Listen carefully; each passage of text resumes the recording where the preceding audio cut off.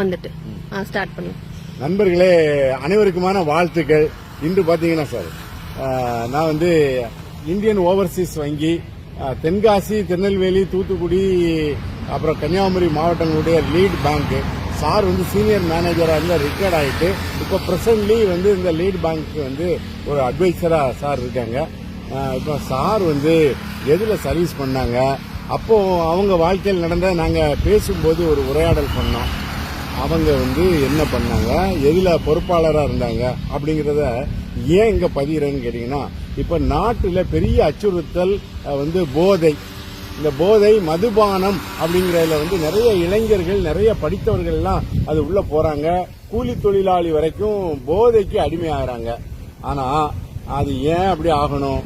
Sir போதையோட இருந்தாரு, ஆனா போதை இல்லாம இருந்தாரு எப்படின்னு கேட்பா. சார் வணக்கம். சார் வணக்கம். எதுல பொறுப்புல இருந்தீங்க, என்ன நடந்தது? சார் நான் வங்கியில ஜாயின் பண்றதுக்கு முன்னாடி 76ல இருந்து 91 வரைக்கும் இந்திய விமானப்படையில இருந்தேன். இந்திய விமானப்படையில இந்தியா ஃபுல்லா நான் டிராவல் பண்ணியிருக்கேன். வேறு வேறு இடங்கள்ல அஸ்ஸாமில இருந்து பஞ்சாப், ராஜஸ்தான் வரைக்கும் எல்லா இடங்களையும் நான் பணியாற்றிருக்கேன். அங்க பார் இன்சார்ஜா இருந்திருக்கிறேன், இதெல்லாம் இருந்திருக்கிறேன். ஆனா இந்த மாதிரி ஒரு போதை அப்படிங்கறதே மனசுல தோன்றினதே கிடையாது. ஏன்னா எல்லாருமே அப்ப நான் சேரும்போது, ஏர்ஃபோர்ஸ்ல சேரும்போது சொல்லுவாங்க, நீ குடியாரனா மாறிடுவான், உங்க பையனை எங்க அப்பாவை பயமுறுத்திருக்கிறாங்க. ஆனா எங்க அப்பாவுக்கு என் மேல ரொம்ப நம்பிக்கை, மாற மாட்டான் என் பிள்ளை அப்படின்னு சொல்லுவாங்க. நான் அங்க போனதுக்கு அப்புறம் தான் எனக்கு தெரிஞ்சிச்சு, இவங்க வெளியே வந்து ஆர்மி, மிலிட்டரி, இங்க ஏர்ஃபோர்ஸ் எல்லாம் வந்து குடியாரங்கிறது தவறான ஒரு இது.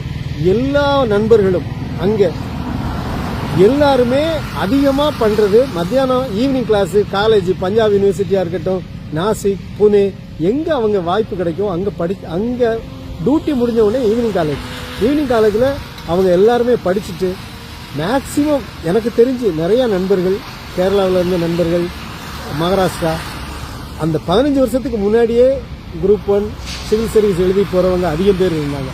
இப்பவும் நீங்க பார்த்துட்டு இருப்பீங்க, நிறைய military, defence, air force, navy IAS ஆபீசரா ஆயிருக்காங்க அப்படிங்கறத உங்களுக்கு தெரிஞ்சிருக்கு.